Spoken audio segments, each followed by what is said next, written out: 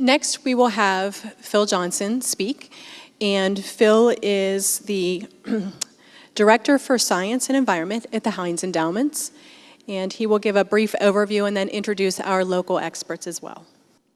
About 40% of Allegheny County's pollution comes from local industrial sources. About 30% comes from traffic in all different kinds of modes and forms.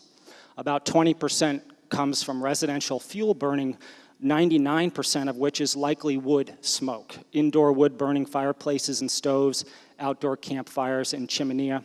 There's not a grocery store in Pittsburgh I've been to that doesn't sell cordwood in the wintertime right at the front door. I thought to myself, well, we had about 240 days in 2013 that were code yellow or higher, about 66% of our days. So our children's lung systems and neurodevelopmental systems were breathing in 66% of 2013 air quality that the EPA said was not good. Fine particles, as we know, your lung kind of looks like an upside down tree. I took this picture in Central Park one day. And you've got the trunk or the trachea at the top, and then the bronchiole or the branching, and then the alveoli where you have the blood gas energy exchange. It's kind of like exactly what our lungs do, and the upshot is that these small airborne chemically active compounds get deep into our body and go systemic. And then a cascade of events can happen. We also have heavy industrial activity in the Pittsburgh region. We have 2 coking operations, we have a steel mill, we have a foundry.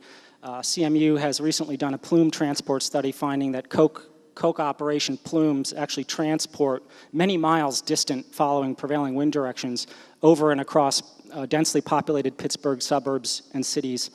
And in these plumes are naphthalene and benzene and various aromatics. And then finally, children confront exposures across their intimate experiences. I mean, we know this to be true. Here are a few things to think about as well. Radon, it's an airborne radionuclide in homes and schools and potentially daycare areas. We actually have data showing that it's in all these areas. We don't have any requirements to measure this stuff. So we likely have radon just given our class zone 1 area. And finally, semi-volatiles and volatile organic compounds are known to be off-gassed on turf and playing fields that use recycled tires.